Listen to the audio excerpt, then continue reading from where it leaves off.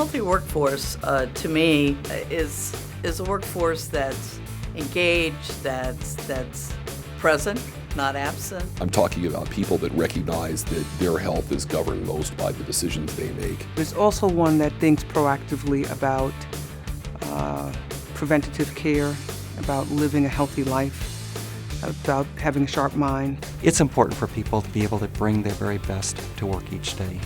We need to make sure that people are healthy and fully engaged in the work that we're doing.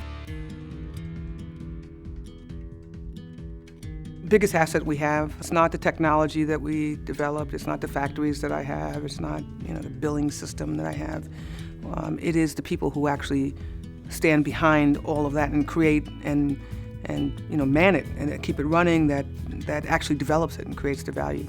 From a profitability standpoint in a hospitality business, you have to have two things always running in parallel. The first is that the quality of the service we provide the guests creates the quality of the experience that we all enjoy as employees, that this is a parallel structure. And I would argue the same thing applies with respect to health. Today we're looking at healthcare in a much more strategic kind of way. We're looking at it as a component of the business and our employees and the general well-being of our workforce, much like we look at succession planning and people development, wellness and health, not only for our employees but for their family, is really becoming a topic at every strategy meeting that we have, because we are only as good as the people we've got. And keeping them healthy is important to us. It's also important to our bottom line. There's a direct correlation to the healthiness of our employees and the profitability of our business. The employee benefits costs today represent the single largest expenditure we make.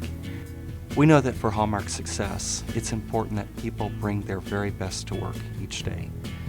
And people can't engage in the business if they're not feeling good themselves, if they're not healthy.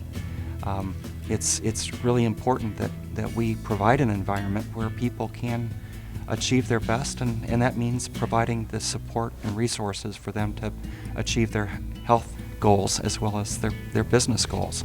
So if you're feeling well, if you feel that your employer is productively helping you feel well and be healthy, and your family members as well, then it's an awful lot easier at 1 a.m. on a Saturday night to take care of a difficult guest who's had a bad run with us for one reason or another. I mean, these things are all very much self-reinforcing dynamics in the way that we engage in a business like this.